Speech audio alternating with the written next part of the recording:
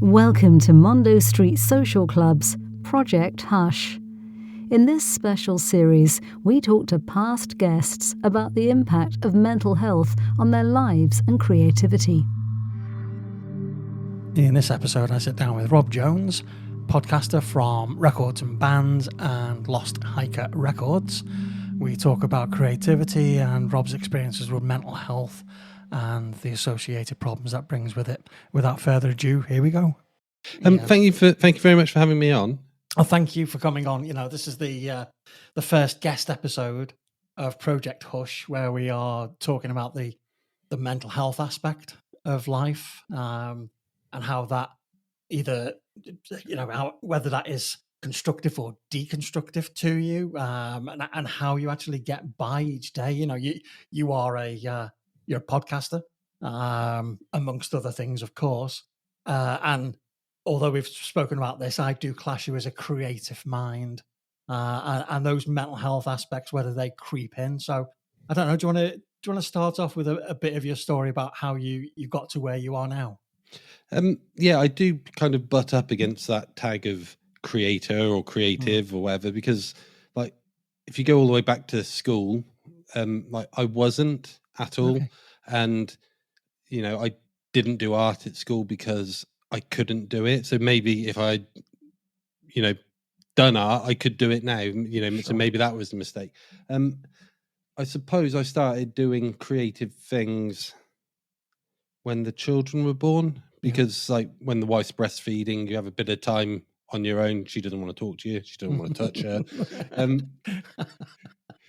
And I started messing around with writing this little blog for my work. So I was a park ranger up in Northamptonshire at the time. Okay. So I did Barney. It was Barnwell Country Park, and I started this little blog of Barney, the Barnwell Park Ranger. Yeah. And I would write about my days at work, but for the kids, it would come to the park. And then that sort of expanded a little bit into, I started writing short children's stories, and my wife would do little doodle drawings to go along with them. So I wrote a little story about a polar bear for my son, and never really did anything with it. Yeah, and yeah, then that kind, as the children got older, that developed into writing a lot about hiking in the outdoors, which is one of my big loves. I had this dream of being kind of an adventure journalist. Okay. Yeah. And which would entail me getting paid to go off and hike the great trails of the world and write about them. How lovely. And still plenty of time for you to do that. Well, there is, Yeah. but they don't pay a lot of money. Anyway, so that was the next thing. And then I suppose I started dabbling with YouTube and made a few YouTube films. I call them films. One of them did make the semi-finals of the New Forest Film Festival. Very good. So that's quite a good one. That was we went off and hiked 50 miles around the New Forest and made a film of the journey, me and my son, who was 10 at the time, and we put that in. So it may have just been a participation award, but I don't know. I'd like to think it was. I'd take the award if I was you, because 50 miles is an achievement in itself. That's it. That's short for us on our holidays, to be honest. But wow. And then so dabbled with YouTube, and then as we were coming out of lockdown, I finally plucked up the courage, I suppose, to start making a podcast, which I've been thinking about doing podcasts for maybe 8 or 9 years, and just never really got going. And then one day I sent my brother a text message. I just said, "Do you fancy doing a podcast with me?" And he was like, "What are we going to talk about?" And I was like, "Well, I could make you listen to Pearl Jam, and you could make me listen to Blink-182 or whatever it is you kids are listening to these days. Yeah. And we can compare notes and see how we get on." And thus Records and Bands was born. Yeah. And that's like my main podcast that I do now.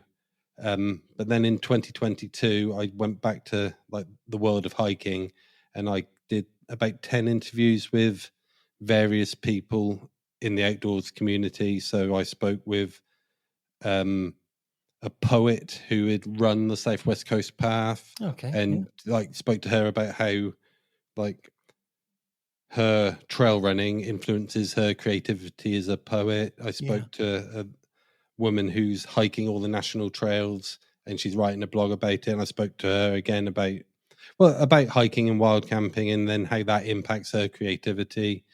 And I spoke to Chris Townsend. I don't know if you know Chris Townsend. He's one of our preeminent outdoor writers. He's been around the world and he has hiked the great trails of the world. He's one of my heroes. So I managed to speak to him on the 40th anniversary of one of his trails, which his most famous book is about. So that was really cool.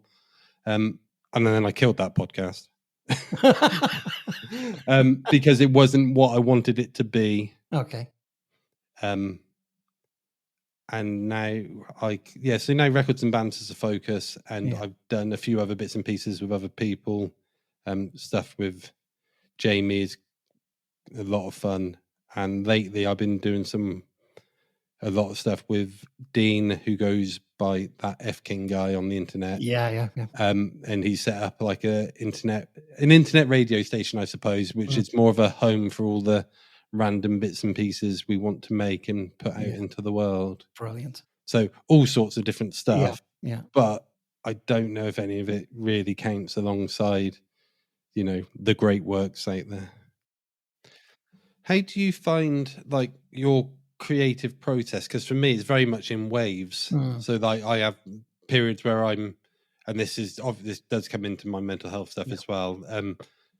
So I'll have periods where I'm up and I'm just making loads of stuff, and then like all the ideas are great ideas, and within a week the new idea has got a new website and it's got a new podcast and it's got a new YouTube channel, and then I'll just crash. I am exactly the same. So for the past month, I've been a drought, not being able to do anything, because apart from my day job, which keeps me busy 9 to 5, I'm a musician and a podcaster. And so my music went out the window and the podcasting became a job as opposed to a pleasure. And the only way I could deal with that was to say to myself, that the old, it's okay not to be okay. Yeah. But put that across this and say, they're going to be dips and they're going to be troughs. You don't have it in you because, I'm of an age where I understand how my body and my brain work to some degree. I don't have it in me to flatten that across 12 months. So I realize it's going to come in peaks and troughs. And I've got to be kind to myself. I've got to be more gentle to myself in the troughs and say, look, it's going to come back. And it came back a couple of days ago with a vengeance. And it's exactly like you said. So I've got my best friend who I write with, and I'm on the phone to him saying, right, we've got a new comedy podcast. Here are the characters. This is the level of humor. Done all the artwork, sent it to him. He's like, bloody hell. And because our peaks and troughs don't align. So what about yourself? If you get into one of those troughs, how are you talking to yourself about that? So for me, the peaks and troughs aren't just about creativity. It's general mental health related stuff anyway. I'm not fortunate enough to enjoy my day job.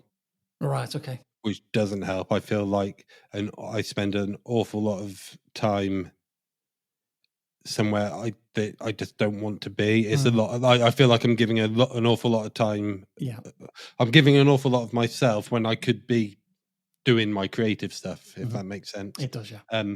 I've been to the doctors a few times about mental health issues, and I've not been diagnosed, but the doctor has mentioned bipolar 2, so that obviously has those steep climbs and then the steep drops. Whereas I think a lot of people, it's natural to have waves. It is, if you like, and I think my waves are just a little bit steeper, and a little bit higher and a little bit deeper than other people. I don't get to the point.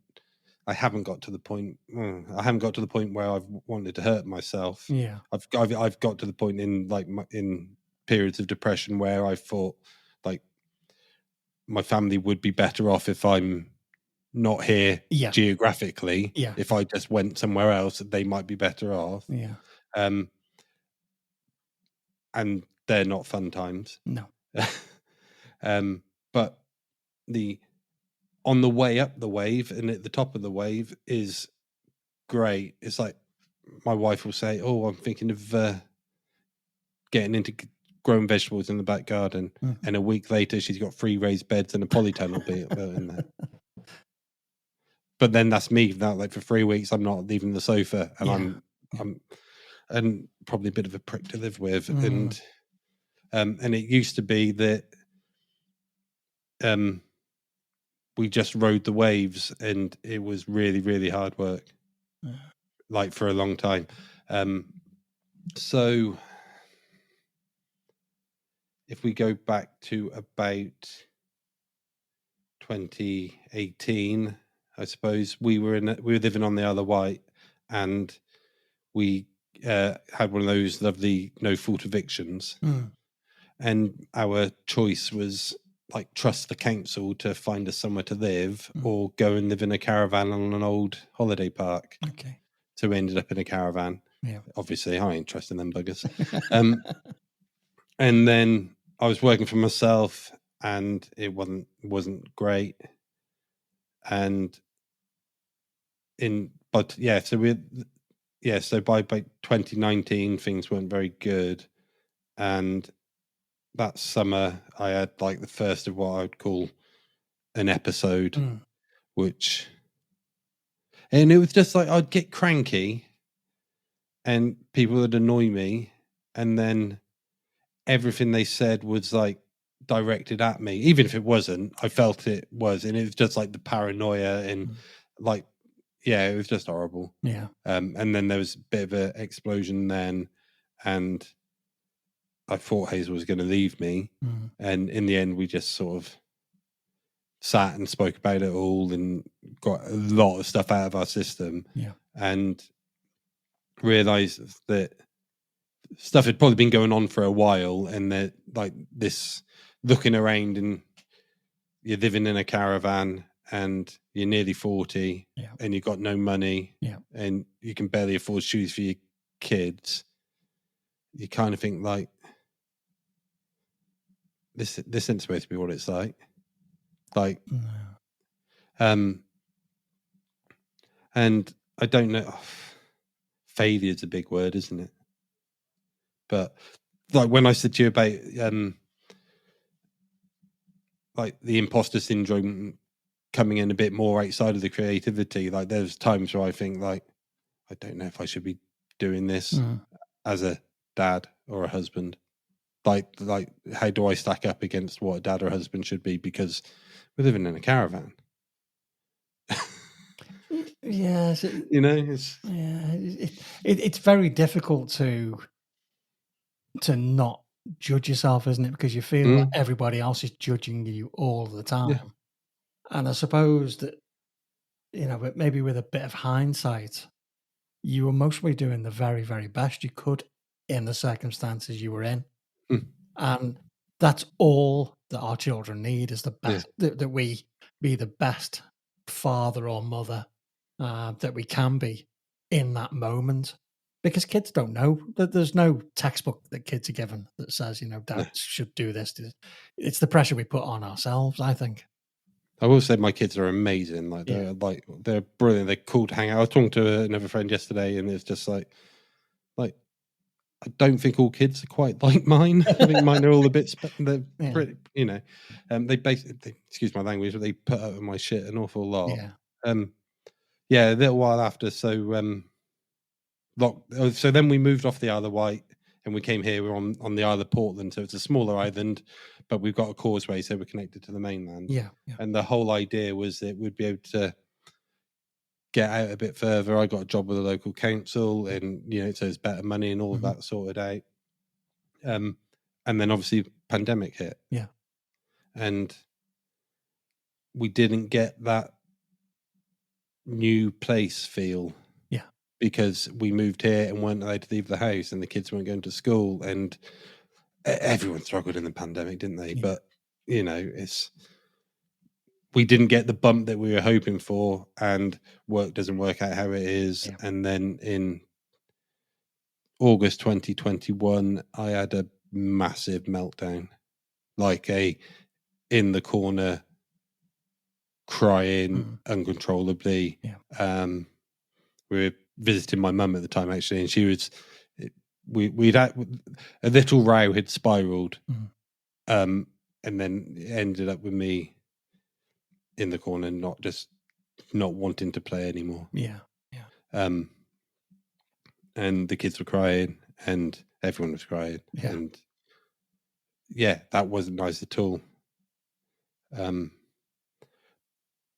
then in the November of that same year, it was something really silly. It was really, really silly. It was, my work van was parked up outside, and a woman had come around the corner and scraped her car alongside my parked van. Yeah.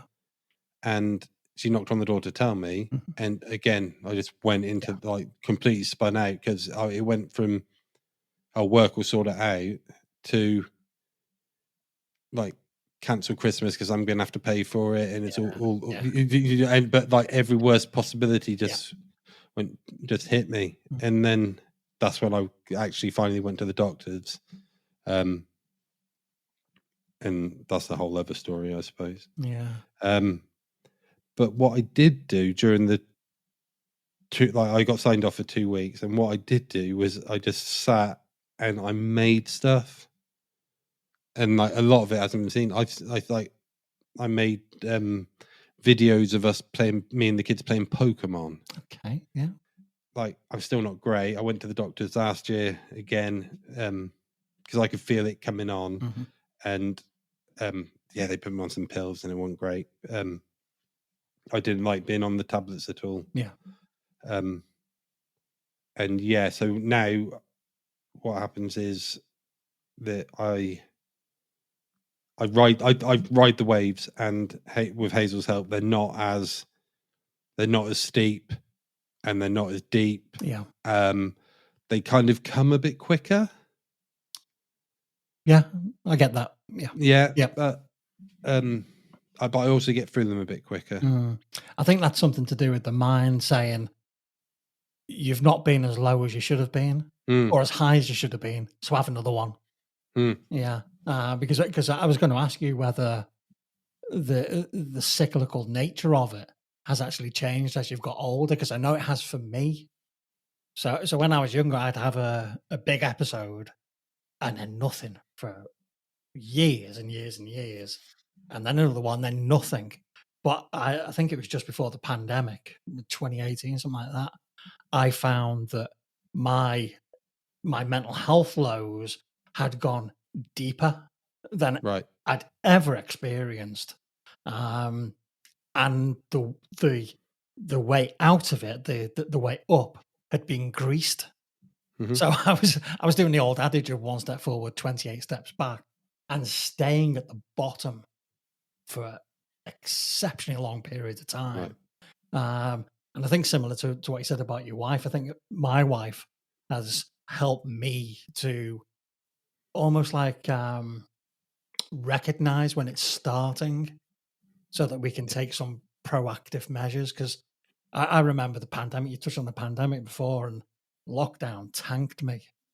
I was living on my own when lockdown hit, and some people are built to be on their own, some people aren't. And I found out that whilst it was fun for the first week, the subsequent weeks were like, it was just, and I'm sure it's the same story for millions of other people. But for me, that was the hardest climb back out. The many sitting in the corner crying, the sitting on the settee crying, going, where is the exit here? And that's been the hardest thing for me. But I think what I've replaced doctors with is meeting new people, is talking to new people. That's connection. That's my leveler. Yeah. Connection is a great word for it. Thank you. So my experience, because you were asking about but certainly on the texting beforehand, you're asking about like strategies and stuff. So Yeah. so the first time I went to the doctors, they said I had to self-refer to the mental health services. Yeah. And then obviously we were still kind of, so back into 21, so we were still kind of in pandemic restrictions and stuff like that. So they put me on a Zoom call for like beginning CBT. Mhm. And like I've got a couple of issues with CBT anyway. But the first one was like, so I logged on to the first session, and there was me and 85 other people. Now, when one of your issues around your mental health is that you feel that your voice isn't being heard and carries no weight. Yeah. Could you compound that anymore? Yeah. And then I don't know if CBT was actually explained to me properly. Okay. Because the way I understand it is that I say to people, there's all these things going on that are causing a negative impact on me. Mhm. And they say, okay, with CBT, we'll teach you how to ignore those things Or rather than fix a problem. yeah, the CBT is about introducing coping mechanisms in your Yeah. behaviors, Yes. not fixing it. So one of my triggers is, so I work as a park warden. Yeah. One of my duties is, I call one of my duties looking after our homeless community. Okay. My boss will call it moving on the homeless people. Okay. When I basically turn a blind eye as long as I can to these guys in their tents or whatever. Yeah. And I get really, really upset about having to go through the process of moving them on. It really, really upsets me because, like I said to you earlier, when we faced the choice of trusting the council to house us or going in a caravan, I was in a position to go, right, we're going in the caravan. Yeah. These people may have trusted a council or an authority before and been let down. Totally. So while I wasn't living on the streets, I was on the path to potentially getting there, maybe. Yeah. So I have a degree, I think everyone should have a degree of empathy for these people. Totally. So when I'm being told I have to move these guys on, that upsets me. Yeah, I can imagine. I don't understand how there is homelessness in this country in 2023. If 3 years ago we can get everyone inside, why can't we do it now? That's one of those. You are completely 100% right with the number of empty properties, etc. Yeah, but it's not just homelessness. It's climate change. It's the political situation. It's like one of my big things, and I will get a little bit political because it is a massive trigger for me. Is like I woke up on the Isle of Wight the morning after the Brexit referendum. Like my constituency had voted 66% to leave. Okay. Which meant statistically, both my neighbours saw the world very differently to me. Totally. Yeah. And I couldn't get my head around that, and that upsets me. Yeah. That am I living in such a different world? And where are my people? And yeah, you're not. You're living, in my opinion, you're living in the right part of the world. And again, getting political. I don't believe the choice that this country made in 2019, in that election in 2019. I don't understand, given the choice of the two candidates, how we ended up with what we ended up with.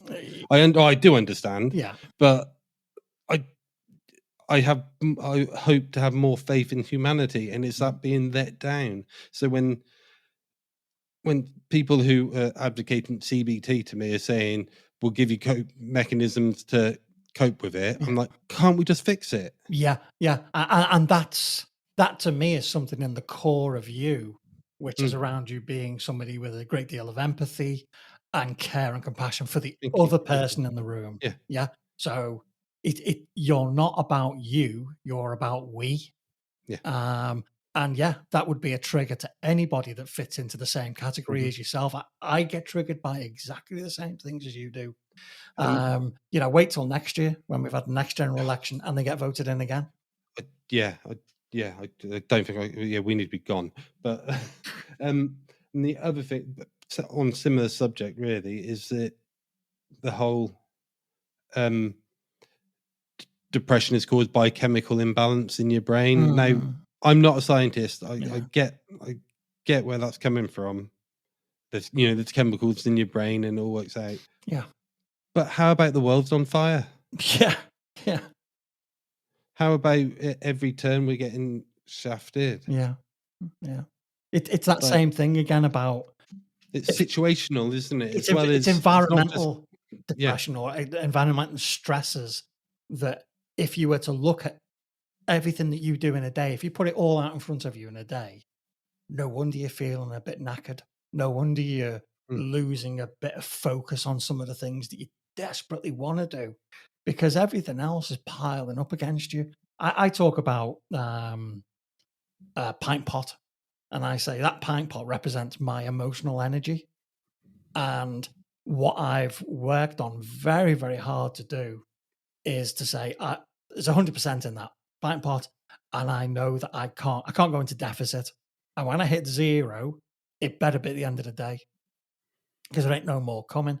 And I know I've got to give some to my wife and to my kids and to my stepdaughter and to my dog and my family and my friends and some for myself. So if people come to me and go, "Oh, I need a bit of your emotional energy, please," I'm training myself to go away. And sometimes not very politely, but that pint pot can't get empty before the end of the day. And that's the one thing which I do to protect myself now. So I'm not there yet. Yeah. My wife is. Yeah. So she can tell long before I can if I'm withdrawing.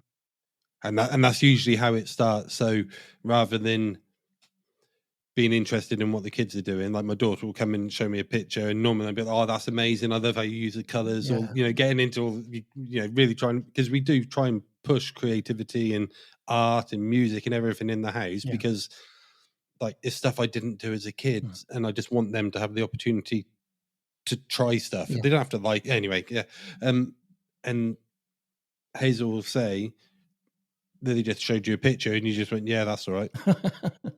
Or you didn't even notice, or someone will talk to me and they're like, "You're on your phone," or "You've got your headphones on," sat on the sofa with your headphones on. And they're all your flags. Yes. Yeah. And to me, I've got my headphones on because I'm busy doing something. Yeah.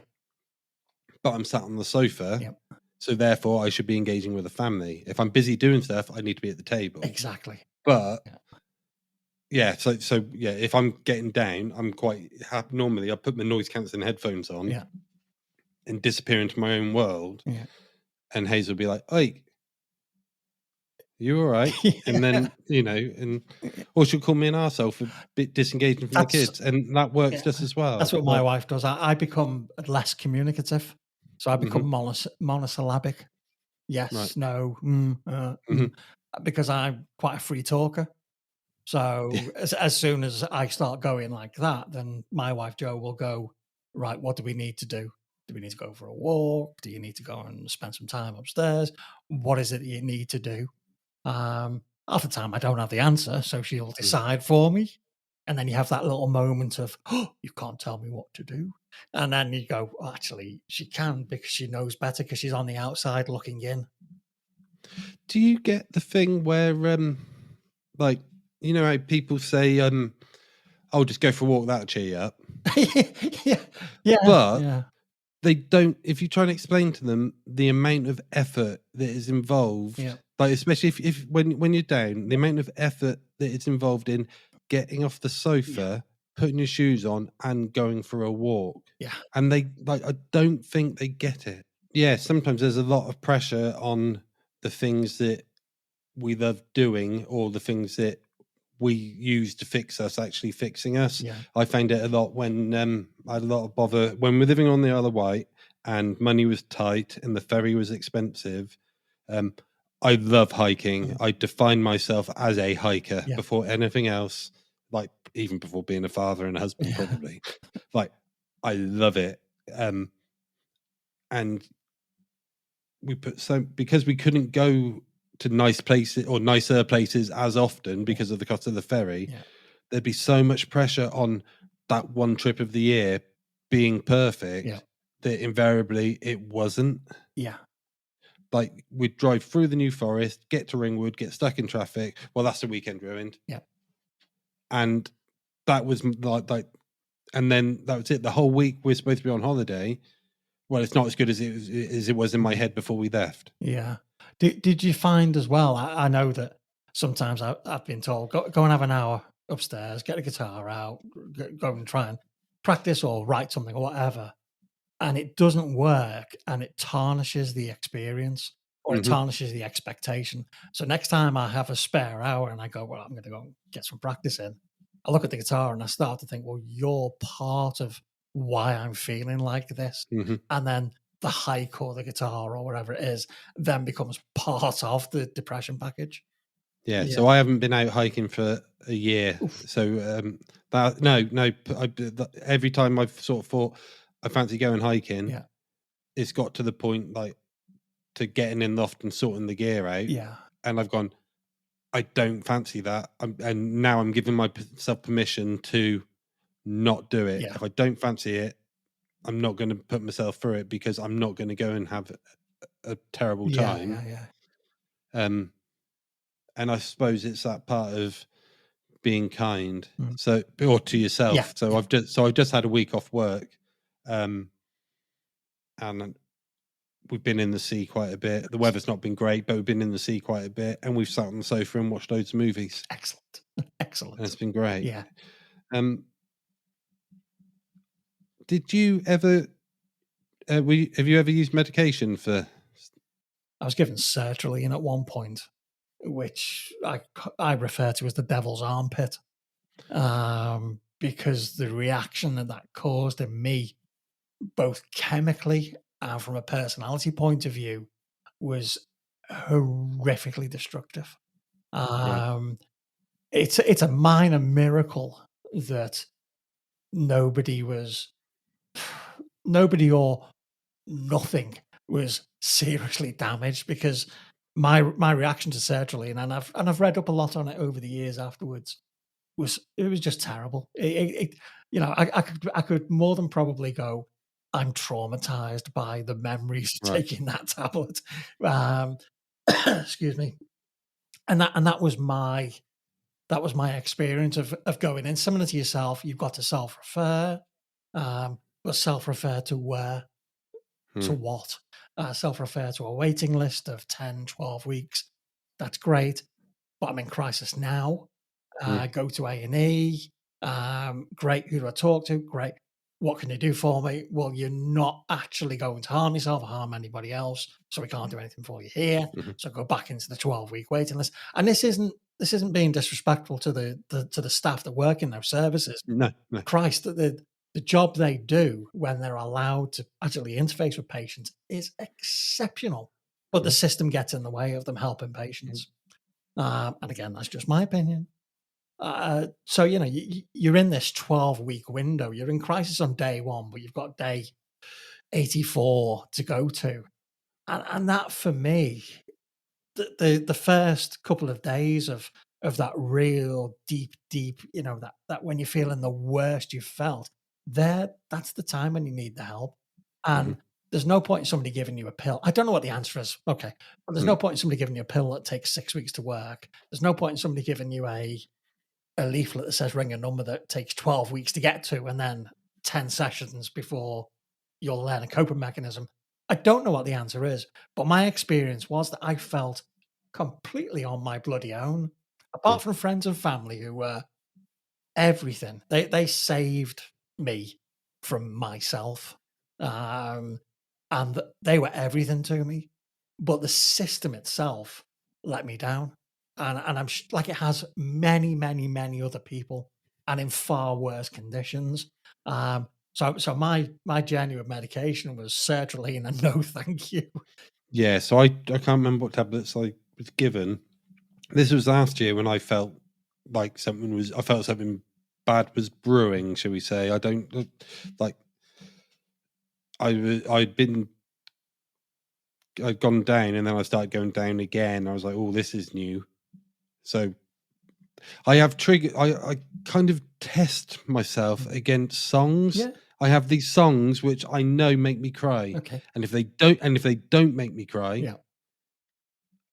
I need to go and talk to someone. That's a really good idea, that. So, to be honest, a couple of Ben Folds, and there's about 15 by Jason Isbell. But yeah, there's a lyric on St. Peter's Autograph, and it says, what's it? Oh, I can't remember it now. It's they say it's nothing but the way we're wired, and that's not your fault. Right. We're all struggling with a world that's on fire, yeah. and the fear we've been taught, and that That's a great breaks lyric, that. it breaks me every time. So if I hear that and I don't cry, Yeah.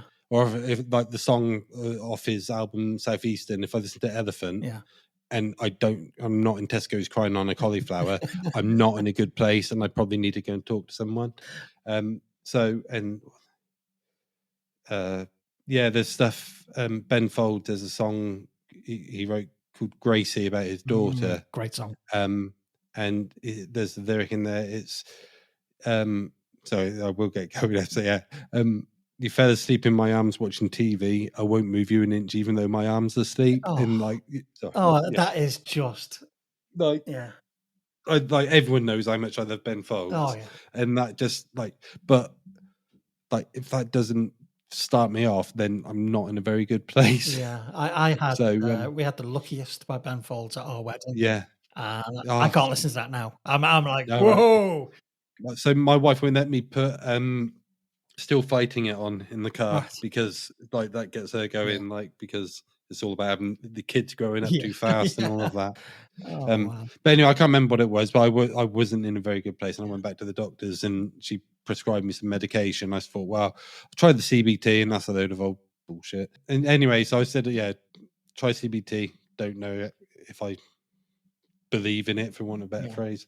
And she gave me these tablets, and I was literally just sat on the sofa, and that's all it was. And it was no different to being down. Yeah. Except when I'm down, there are still little ideas pinging about, and when I'm down, they take a little bit longer to sort of catch, maybe, and maybe for that ember to, like, you'll go from spark to ember to flame, but then it is that little spark that eventually will trigger the going up again, if that makes sense. Makes perfect sense. And that might be someone texting me. That might be Jamie texting me saying, I just watched a documentary about Woodstock 99, want to make a podcast about it. Excellent. And I'll go, yeah. And then I'll watch a podcast, and 2 weeks later we've made a podcast about watched a documentary. 2 weeks later we've made a 2.5 hour long podcast about it. It's just little things. Dean texted me at one point and said, like, I want to do a new show where we soundtrack your life, basically. See if you can get into heaven, because we're all dead. Okay. Like, okay. And I was like, oh, right, okay. And it was like, to get into heaven, you have to prove you've been good. Yeah.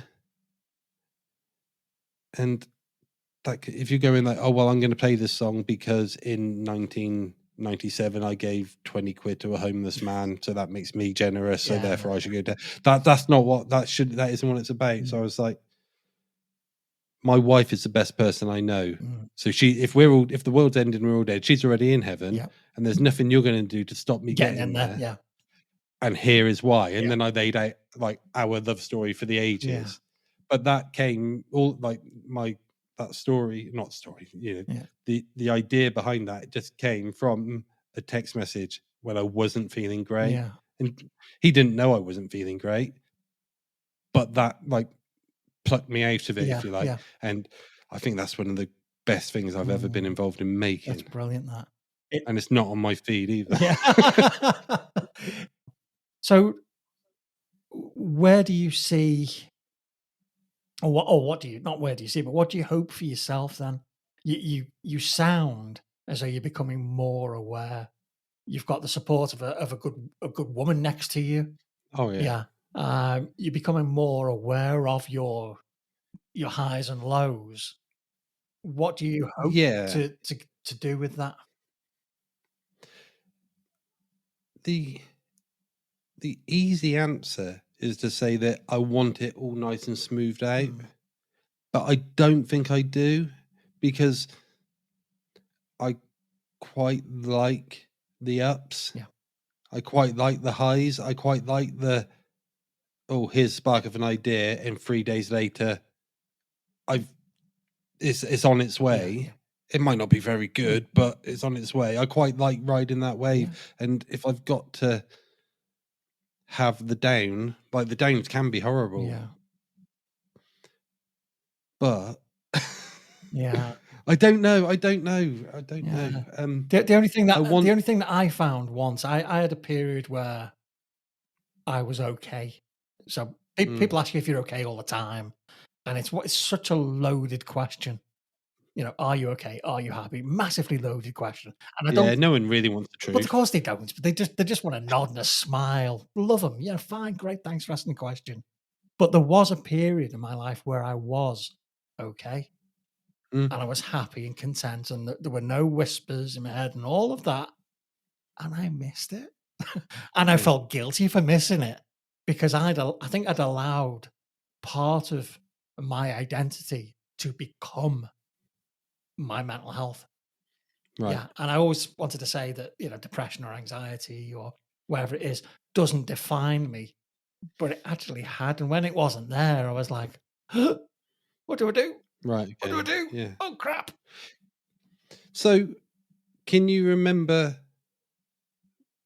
like, if you go back, was there like a defining moment that maybe triggered or sparked that first sort of wave, or has it just always been? No, I had a really good childhood. I mean, really good. Great family, just the best. No, there was nothing. If you lay it all on the table and say, well, you were doing that and that was happening and this was going on, and that, then maybe, but no, I just think that whatever unique circumstances were around me at that time, my body went, oh, my reaction to this is going to be that. And I won't subscribe to the chemical imbalance like you did, because there are times when you can be okay in times of extreme stress and environmental pressure. It's just your brain doing what it wants to do.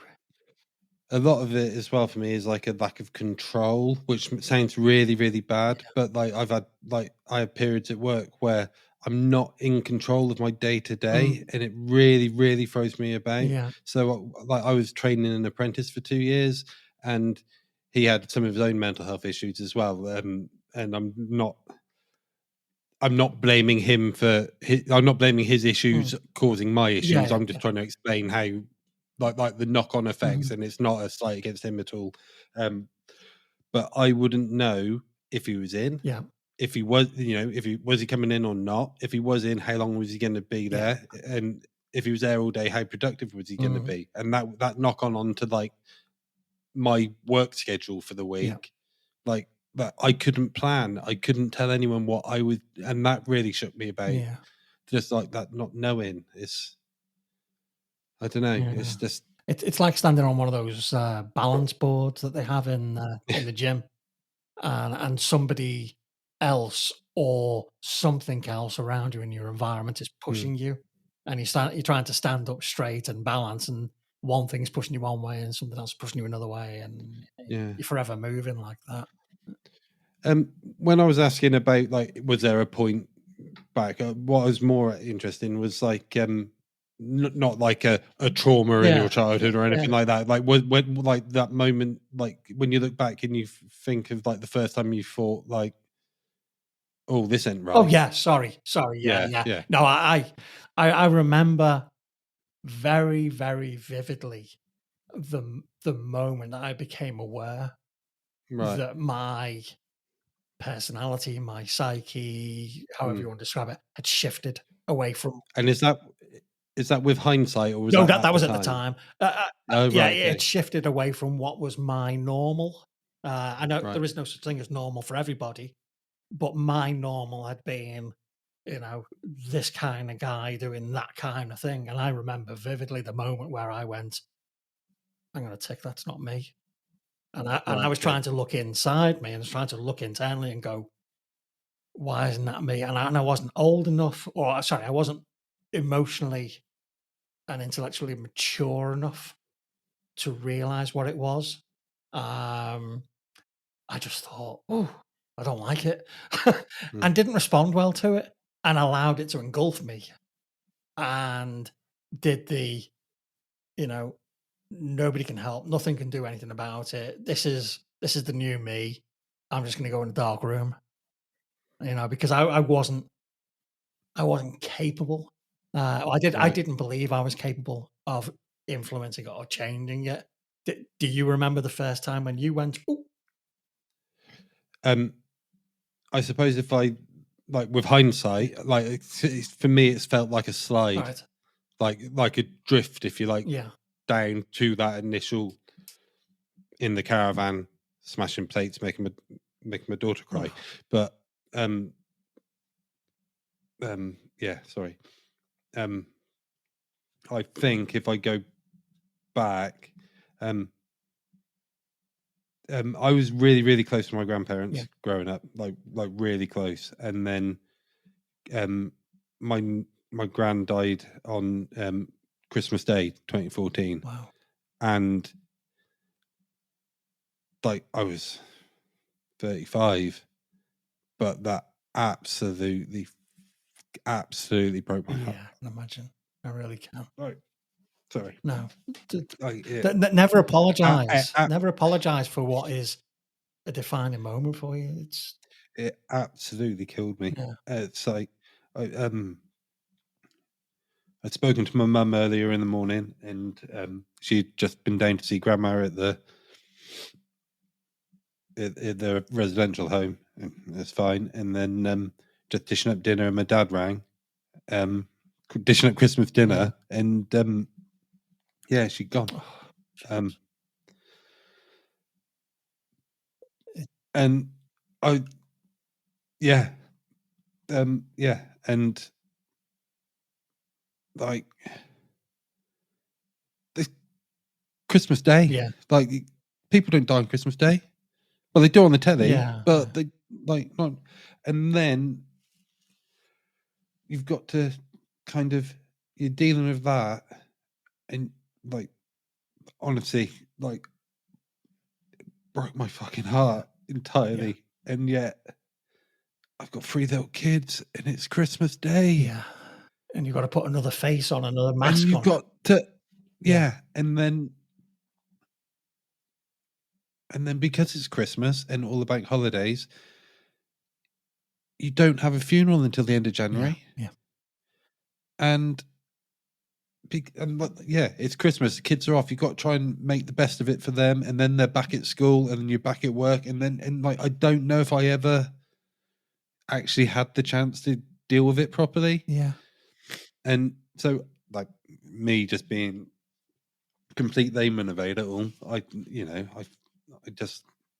I think that is the yeah.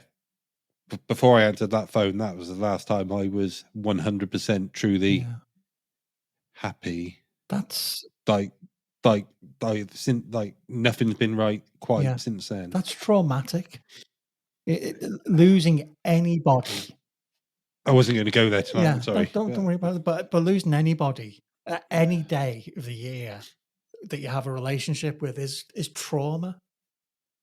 And if you've not had the chance to deal with that properly, that's going to be one of the things which is, And then contributor. like again, I've got kids. Christmas is supposed to be amazing, Yeah, and I can't stand it. yeah, I hate yeah, it. I fucking hate yeah, it. Like and I have to put on a show yeah. every year for it, and I hate it coming round. And my bloody brother absolutely loves it, Oh, and Jesus. and he records Christmas an original Christmas single every Oh year. Like god.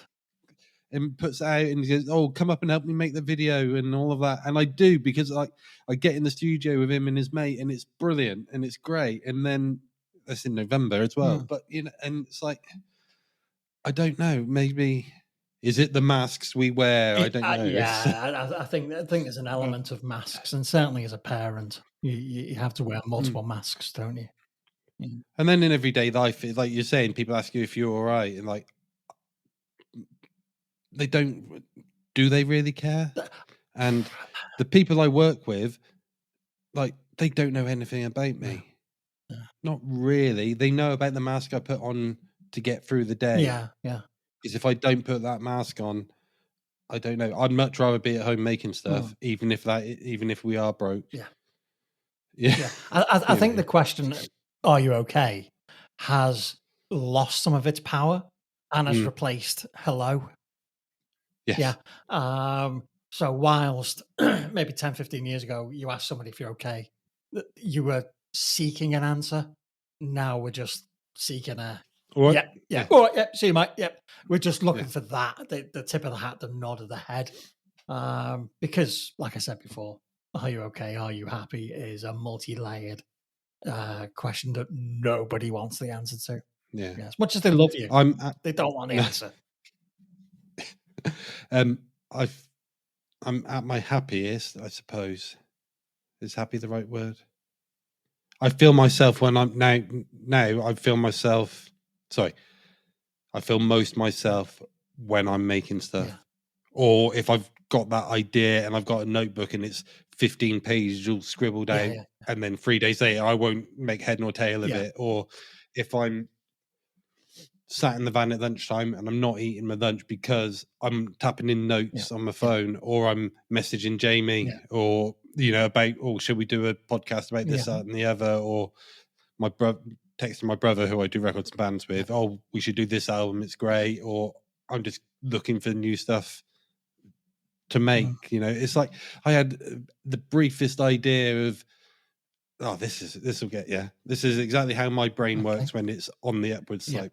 I watched this YouTube channel called The Bun, and it's this guy in Canada, and he's got Asperger's and all sorts social anxiety and all sorts. And he makes his YouTube channel is all about, can he make a living creating sludge metal with like only ever doing it solo, never going out and playing live. It's all just solo stuff. So, and one day he done a video about how this micro record label had approached him to put out one of his projects. I thought, micro record label, that seems like an interesting idea. And literally 2 weeks later, me and my brother between us set up Lost Hiker Records. The micro record label. The micro record label. And that was just, I watched a YouTube video, thought that's a good idea. 10 quid for a domain, bit of website hosting, and we put out like our first release a couple of weeks ago. Fantastic. And hopefully it will carry on forever. Yeah. Or it might just be another thing that we had to go at and had fun with. It's But that has given you you've given yourself permission to feel okay while you're doing it. Yeah.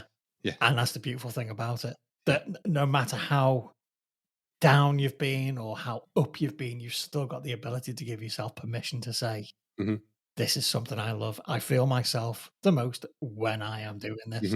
And that's the great thing about it. More power to your elbow, sir. It's great that you have all these creative ideas, because it inspires other people who are watching you going. Yeah, I just want to get better at the execution of them all. There's nothing wrong with the execution.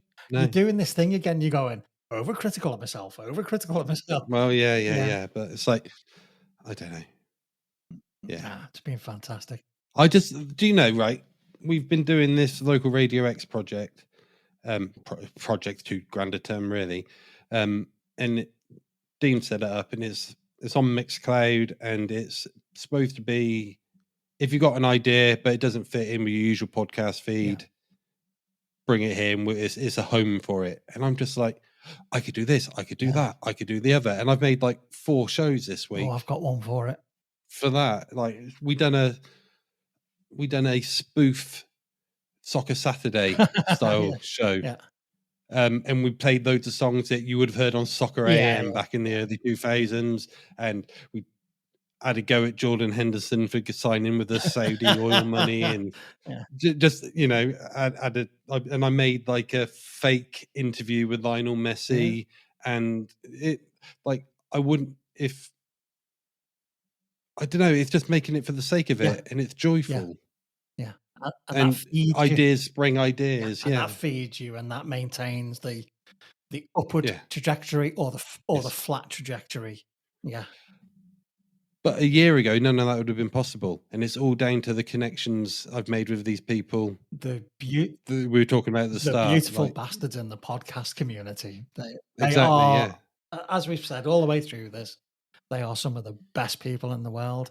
And yeah, we may never meet them physically, but they know we love them, and we Yeah. know that we appreciate them. Well, I don't know how to say thank you, Rob, in a fashion which just reflects how much I appreciate what you've shared Oh, with me mate. tonight. And I think it comes back to what I said at the start about podcasting. I think you have to be open and honest and respectful of what everyone's bringing to the table. Totally. So that's all I ever am on a podcast. It might be too much. I don't know. Thank you for having me. No, thank you for your time. Thank you for sharing your story. And if anything has brought anything to light for anybody listening to this episode, stay tuned to the end. And there's some support information there for you. So, Rob, thank you very much. No, thank you, Phil. That's wonderful. Cheers, take care. Great chat. Ta.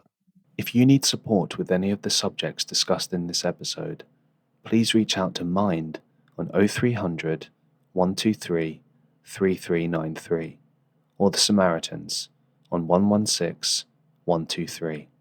Your GP can also signpost you to local support services